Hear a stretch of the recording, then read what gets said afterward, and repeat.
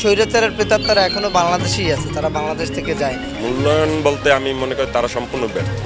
গত 2-2.5 মাসের প্রেক্ষাপটে আমার কাছে মনে হচ্ছে শুধুমাত্র দেশের রেজিমটা চেঞ্জ হয়েছে, কোনো ধরনের ব্যবস্থার রিফর্ম হচ্ছে না। কিন্তু আমরা দেখতেছি মোটামুটি ভালো ইনশাল্লাহ।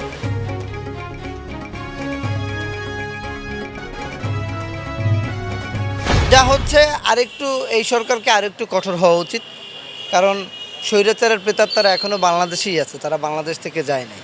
এই জন্য আরেকটু কঠোর হওয়া দরকার আমি মনে করি। মূল্যায়ন বলতে আমি মনে করি তারা সম্পূর্ণ ব্যর্থ। তারা এখন তারিখ তাদের কাছ থেকে জনগণ যেরকম আশা করছিল, বাজার সিন্ডিকেট, দুর্নীতি, তারা কোনোটাই তারা করতে পারে না। এবং যারা চিহ্নিত অপরাধীকে তারা আরও উল্টো ছেড়ে দিয়ে জামিনে দিয়ে তারা আরও মানে জিনিসটাকে কীভাবে বলবো, মানে খুবই খারাপের দিকে নিয়ে যাচ্ছে। এই সরকার দায়িত্ব নেওয়ার 2-2.5 মাস অতিক্রান্ত হয়েছে।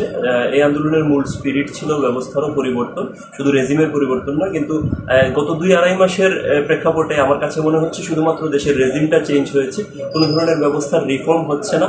যারা এই মুহূর্তে বৈষম্য বিরোধী আন্দোলনের ব্যানারে যারা সরকারে যুক্ত হয়েছেন, তারাই আবার ভবিষ্যতে এই আন্দোলন রিফর্ম করার বা এই সংস্কারের যে বক্তব্যগুলো দিয়েছেন, তারা ভবিষ্যতে পাওয়ার হোল্ডার হিসেবে আসতে যাচ্ছেন, যে কারণে আমার মনে হচ্ছে না যে খুব ভালো একটা আউটপুট আসছে। আর আমি বেসিক্যালি মনে করি না যে খুব একটা ভালো সংস্কার বা ব্যবস্থার সংস্কার হয়েছে। আরেকটু কঠোর হলে হয়তো ভালো হয়। এখন এই অল্প টাইমে বোঝা যাবে না যে কতটুক ভালো হচ্ছে বা, কিন্তু আমরা দেখতেছি মোটামুটি ভালো ইনশাল্লাহ। আর সামনে যেভাবে সে উদ্যোগ নিতেছে, আশাবাদী আমরা যারা সাধারণ জনতা, যে ইনশাল্লাহ ভালো করবে।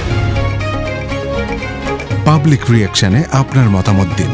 আপনার মতামতই পারে দেশ গঠনের নতুন পথ দেখাতে। পাবলিক রিঅ্যাকশন, দেশ গড়ায় আপনার মতামত।